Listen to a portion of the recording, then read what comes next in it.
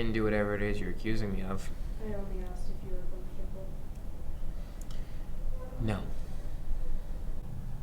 Good. Do you know what this is? I think it's safe to assume that that's a case file. Your assumption would be correct.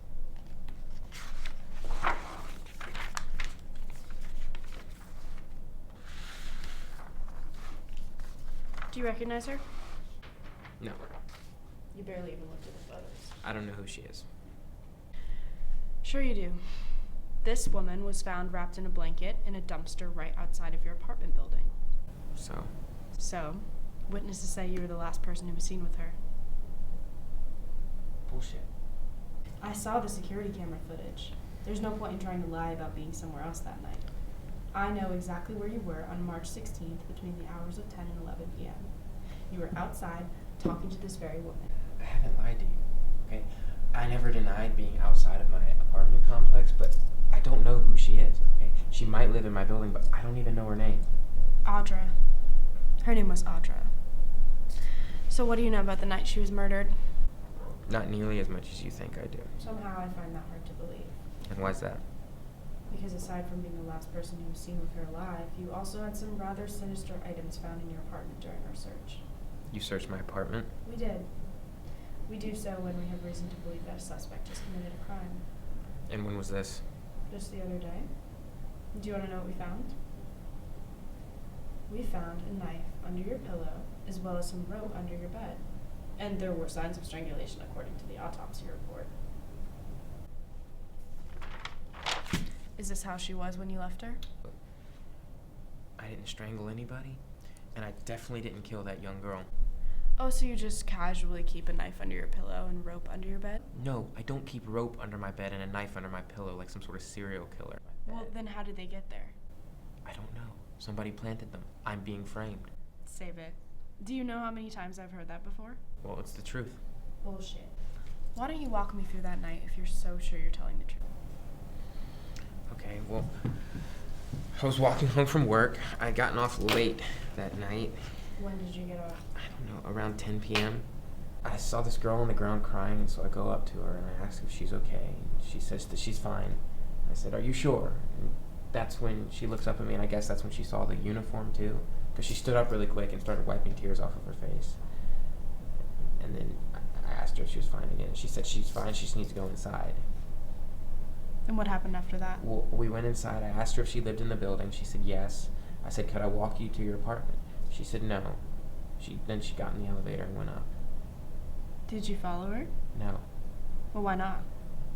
If you were so concerned about her safety and well-being. She looked like she was in a hurry to leave, and besides, I'd had a really long day at work that day anyway. Really? You had a long day at work? Because I remember that day. And you weren't at work on March 16th. I know that because I was assigned to replace your partner in the Miller case. And yet, you were nowhere to be found, Detective. I had an emergency that I wasn't able to get out of. Do you really expect me to believe that? It's the truth.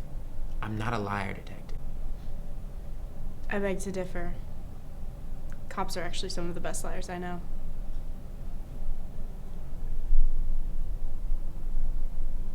You know what? You're right. Cops are some of the best liars. When did you say you searched my apartment again? It was the other day. And what day was that? It was Wednesday.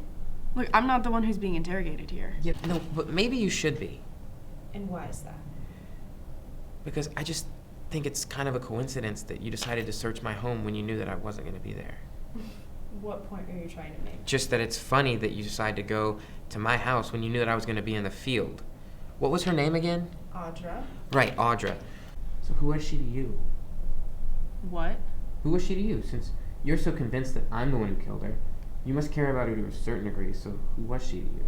I care about all of my victims. Your victims? Yes. The ones that come in here every day. Right, that's what you mean. What are you implying? That you killed Audra. Excuse me? It makes sense considering that you put the knife and the rope inside of my bedroom when I was gone. I never did. And isn't it interesting that I never kept these things inside of my apartment until Wednesday. Because we can both put two and two together, Detective. Because you know me. You know that I'm not a killer. But on the flip side, I also know you. I know you very well. You barely know me. I know you a lot better than you think I do.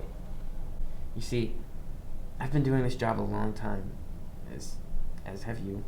I remember March 16th vividly, not because I was on a murder spree, but because it was the day I was diagnosed with stage 2 colon cancer. Now, where you were on March 16th is anybody's guess, yet something tells me that you weren't at work that day either. You have no way of knowing that. You weren't even here.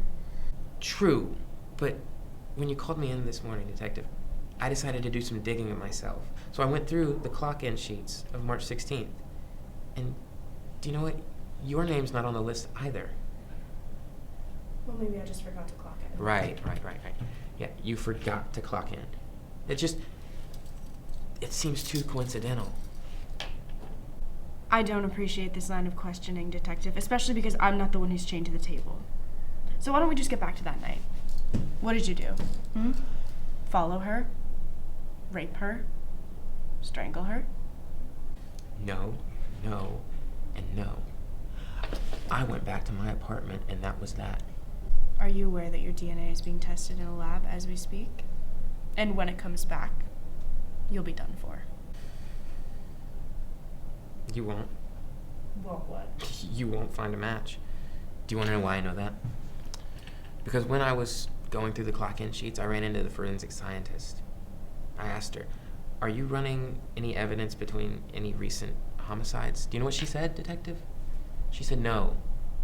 So as much as you think that you're going to be able to trap me into some sort of a coerced confession, you're not going to succeed.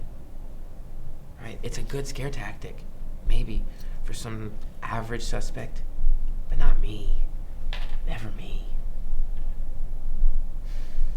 You don't know my theory? Here's what I think. Here's my theory. My theory is that I'm staring at Audra's killer as we speak. I think on March 16th, you went to my building before I did, looking for a way into my apartment. As to why you were there in the first place, I don't know, and I don't really care. When you realized I wasn't home, I think somehow Audra found you trying to break in. Whether you were in uniform or not, I can't say, but I doubt it. And instead of trying to explain to her why you were trying to break in, I think she threatened to call the police. And when she did, that's when you snapped. That's when you strangled her with your cold, bare hands. The picture that you showed me, those marks weren't caused by a rope. You and I both know that. So when you finally shut her up, and her body temperature starts to drop, you panic. You don't know what to do. You just kill a girl. So the only thing you could think of was to drag her body in a dumpster. The very dumpster that just so happened to be outside of my apartment building. You went to my place to plant the knife and the rope, didn't you? You'd rather pin this on me and take the easy way out. But you and I both know you're not getting out of this one that easy. What's the matter, Detective? Cat's got your tongue. Not so easy being on the other side, is it? Just admit it, Detective. You did this. You did this. But what was I supposed to do? Detective, you're under arrest for the murder of Audra Sanders.